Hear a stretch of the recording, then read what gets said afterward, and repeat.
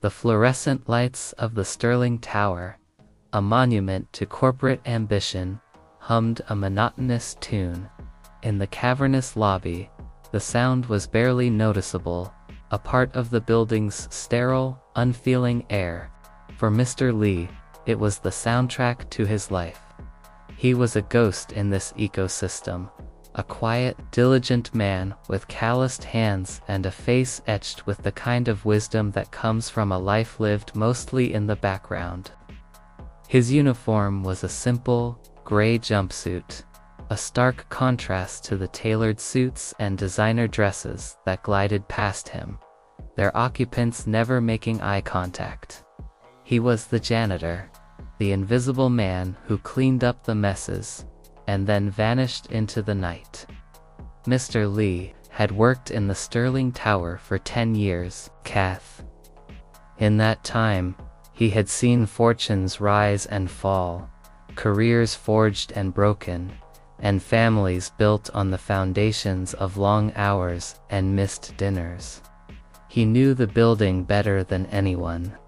He knew the creak of the floorboard on the 47th floor, the way the elevator door on the 23rd sometimes stuck, and the precise moment the security guard changed shifts.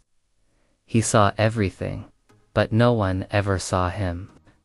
He was content with this arrangement. His life was in his small apartment, with its single window looking out onto a bustling street, and his memories of a life he had long since left behind in a village a world away. On the 52nd floor, the penthouse suite of the CEO, a different kind of silence reigned. David Thompson was a man who commanded attention. He was a titan of industry, a visionary who had built Sterling Industries from a small startup into a global powerhouse. His days were a blur of conference calls, high-stakes negotiations, and media appearances. He was brilliant, driven, and, by his own admission, a terrible father.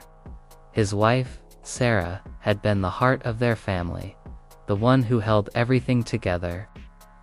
She had passed away 2 years ago, leaving David with a chasm of grief and a daughter he barely knew how to talk to. 10-year-old Maya was a miniature version of her late mother, a whirlwind of curiosity and sharp intelligence. But now she was quiet, withdrawn. Her laughter was a rare commodity, and her favorite pastime was staring out the window of her father's office, watching the city below, a world she seemed to feel no part of. She was a lonely satellite orbiting a sun that was too busy to notice her. David had brought her to the office today, a desperate attempt to spend some quality time with her, but it was proving to be a spectacular failure. He was on a conference call, his voice a low, urgent murmur, and Maya sat silently in the corner, building a castle out of Legos, her movements slow and deliberate. The sound of the conference call and the silent click of plastic bricks were all that filled the vast, sterile office. The silence was thick with unsaid words and unspoken sadness. David ended the call with a curt, "I'll be in touch," and ran a hand through his already disheveled hair. He looked at his daughter, a pang of guilt lancing through his heart. "Hey Maya," he said, his voice softer now. "What are you building?" Maya didn't look up. "Nothing," she mumbled, her voice muffled by her hair. "It looks like a great castle." He tried again, but the words felt hollow. A script he was reading from a book he didn't understand. He felt a deep, profound sense of inadequacy. He could close a multi-million-dollar deal, but he couldn't connect with his own daughter. He was a king in a kingdom where his only heir was a stranger. Just then, the door opened, and Mr. Lee entered, pushing his cleaning cart, its wheels a gentle, rhythmic squeak. He was a nightly fixture, but tonight he was early, a special, deep clean requested by David's executive assistant. He bowed slightly to David, his eyes cast down, and began to polish a glass table, his movements quiet and efficient. David barely registered his presence. He was just a part of the office furniture, an appendage of the building itself. But Mr. Lee saw. He saw the girl, the way she was hunched over her Legos, the way her small shoulders were slumped with a weight too heavy for her age. And he saw something else, something only a keen eye could notice. He saw a small, intricately carved wooden bird tucked into the pocket of her jeans, its feathers smoothed and worn from countless touches. It was a carving from his home village, a small, inconsequential token of a world he had thought was a distant memory. The carvings were not common. They were passed down from family to family, a symbol of a simple, forgotten life. Mr. Lee's heart ached with a sudden, profound homesickness. He remembered his own daughter, a girl now grown and living a world away, and how she used to carry a similar bird everywhere. He finished cleaning the table, his movements slower now, his mind a million miles away. He moved to the other side of the room, near where Maya was playing, and started to dust the bookshelves. He looked at Maya, her face still hidden by her hair, her movements still slow and deliberate. He saw her struggle with a particularly stubborn Lego piece, a tiny, red brick that wouldn't snap into place. She grunted in frustration and threw it aside. He waited for a moment, then, driven by an impulse he couldn't explain, he slowly walked over to her. He knelt down, his old knees protesting with a soft groan, and picked up the red brick. Cassage. He didn't speak. He just held it out to her, a simple offering. Maya looked up, her eyes wide with surprise. She took the brick from him, her fingers brushing against his, and for a fleeting moment, a spark of connection passed between them. She tried again, but the brick still wouldn't fit. She sighed, her small face a mask of defeat. Mr. Lee, his heart heavy with a shared sadness, knelt a little closer. He looked at the castle, at the missing piece, and his eyes met hers. For the first time, he saw not a lonely child, but a kindred spirit. He wanted to tell her that it was okay to be sad, that some things are meant to be broken, and that castles can be rebuilt. He wanted to tell her about the wooden bird, and the village, and the daughter he missed so much, but he couldn't. He didn't have the words in this language. So, he whispered, not in the language of the Sterling Tower, of deals and deadlines, but in the language of his heart, the language of his home. He whispered in Mandarin, a simple, gentle phrase. Heize, 不要气馁, he said, he soithed, his voice a soft, low murmur. 生活中的所有碎片都会找到他们自己的位置. David, engrossed in a text message, didn't hear the words. But he heard the sound, a foreign lilting melody that was entirely out of place in his silent office. He glanced up, frowning, and saw the janitor kneeling beside his daughter. His head bowed, his hands holding a small plastic brick. And then, he froze.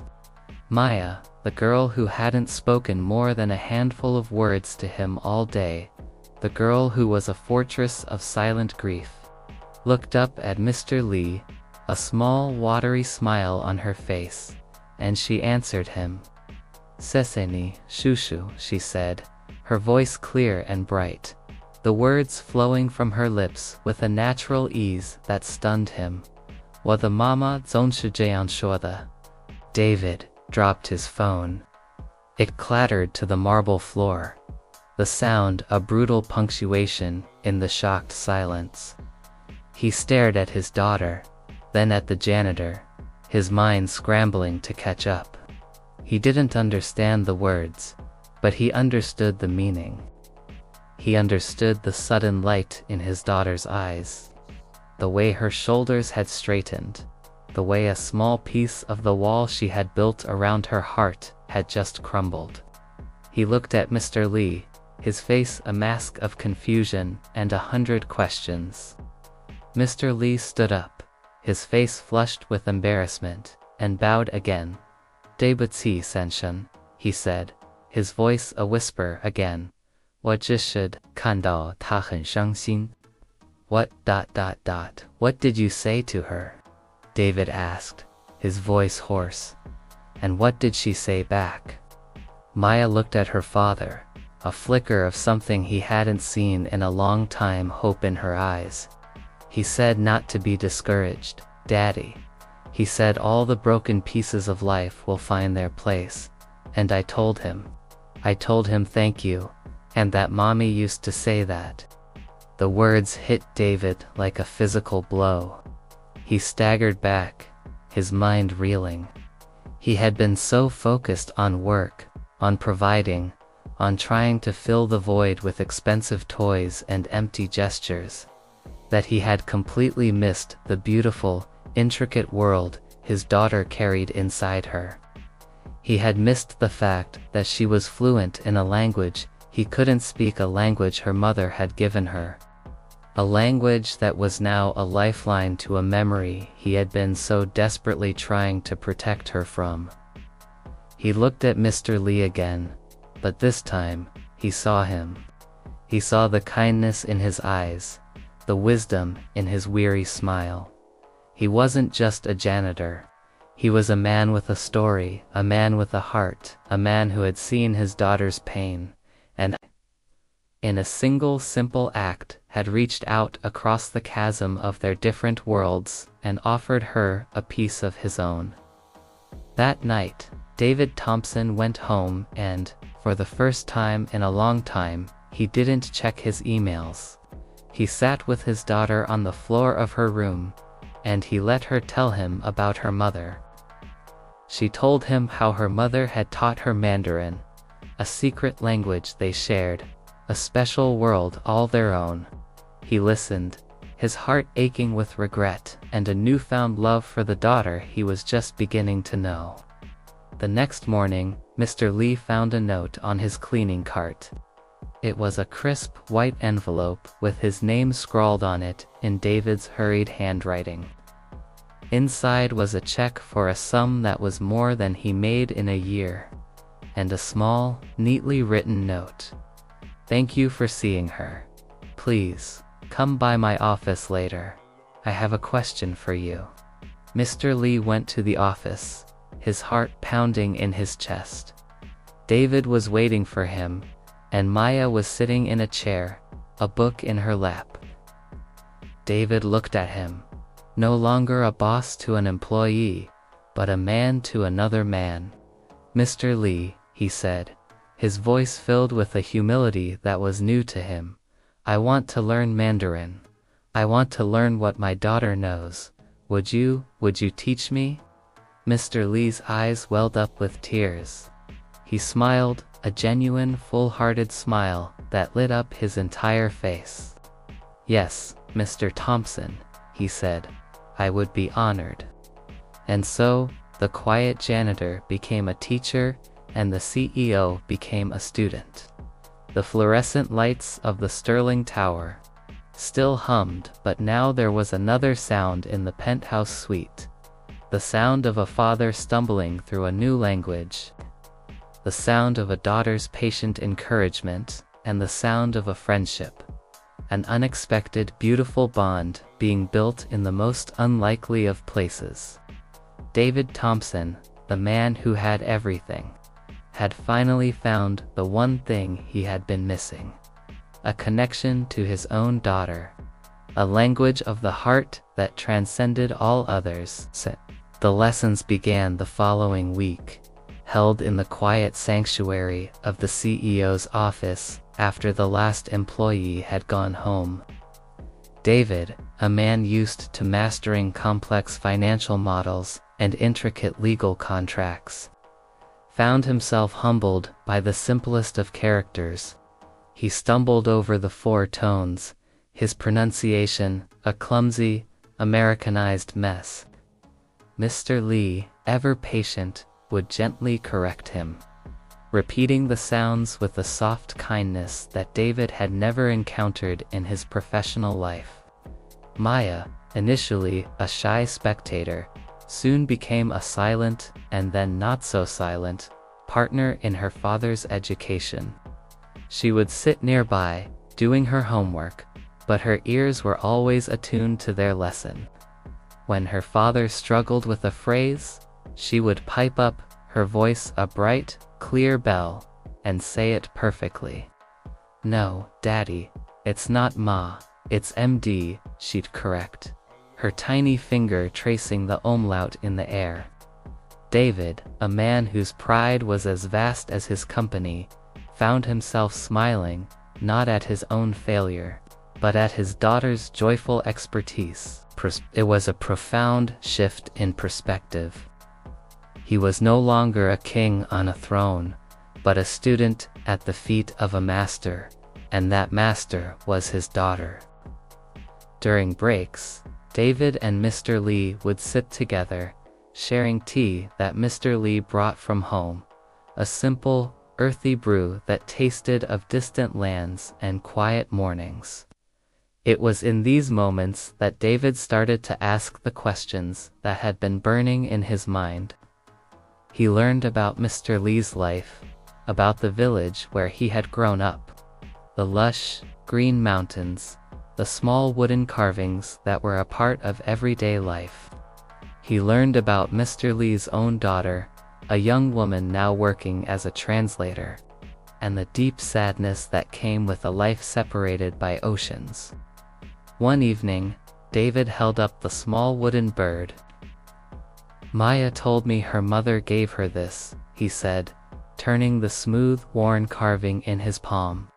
"She said it came from your village." Mr. Lee's eyes softened, and he took the bird, holding it with a reverence that David found deeply moving. "This is a good omen," he said. "The sparrow, it is a symbol of luck, of home, and of perseverance. My wife, she would carve them for our daughter to remind her that even if she flew far away, her home would always be with her." He looked at David, a gentle understanding in his eyes. "Your wife, she was a very wise woman. She knew the most important things in life are not the things we can buy, but the things we carry in our hearts." The words resonated deep within David, a truth he had long ignored. The next week, a crisis hit Sterling Industries. A major deal was on the verge of collapsing, a competitor was making a hostile move, and the entire company was in a state of panic. The old David would have worked through the night, barking orders, his face a mask of furious concentration. But this time, something was different. He sat in his office, his head in his hands, staring at the complex web of financial reports and legal documents. He felt the familiar weight of the world on his shoulders, but this time, it felt heavier, more hollow. Mr. Lee came in, pushing his cart, and David, out of a sheer impulse, looked up. "Mr. Lee, see. I don't know what to do," he said. The words, a raw admission of defeat he had never spoken to anyone before.